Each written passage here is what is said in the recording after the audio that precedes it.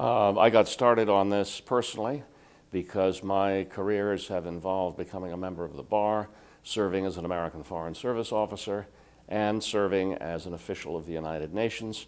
And when I got a chance to get involved with the cause of the International Criminal Court, it brought all of these aspects of my public life together, and it's been very satisfying to work on.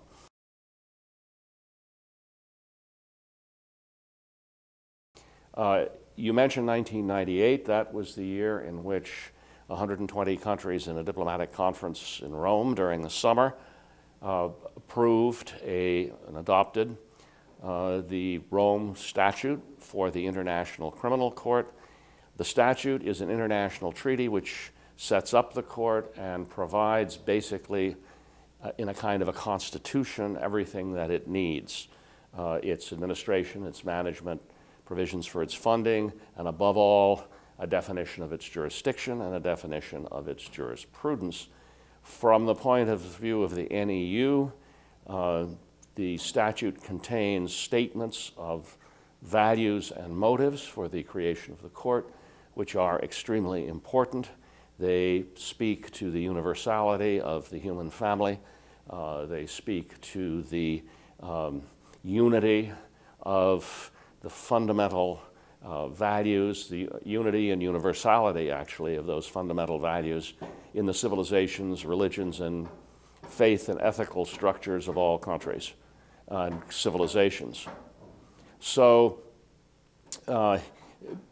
this statute set up the International Criminal Court, and it has been my work since 1999 to promote the cause of the court in the United States with the objective of bringing the court and the United States together, reversing the current very negative posture and position of the U.S. toward the court, and of bringing about the U.S. ratification of the Rome Statute and becoming a full member of the court as soon as possible.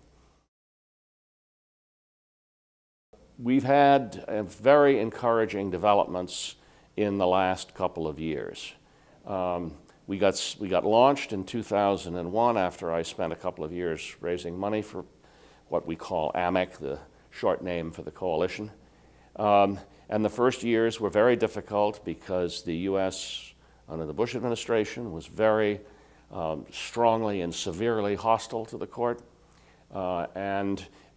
This made it difficult to get people to work for the court in the United States because they feared the anger of the administration. Now this has changed, and it has changed because there has been pressure on the administration from a number of different angles, including from conservative Christian groups, to support the work of the International Criminal Court in prosecuting war and atrocity criminals in Darfur, and because the court is performing well on a number of other cases.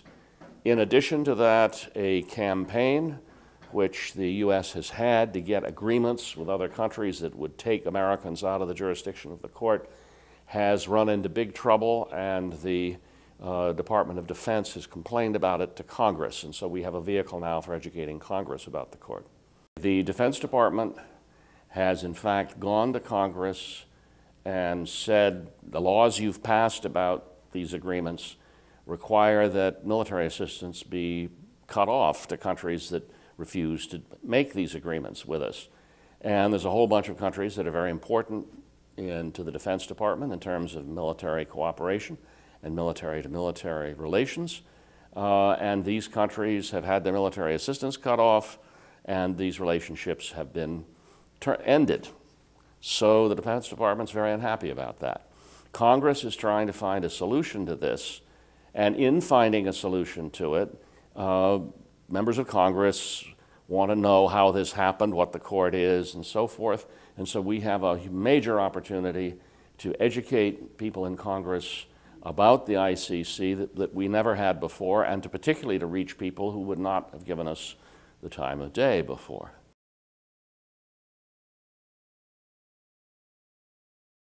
Well, we've had remarkably high and consistent reports from polls that have been taken over the years since 2000.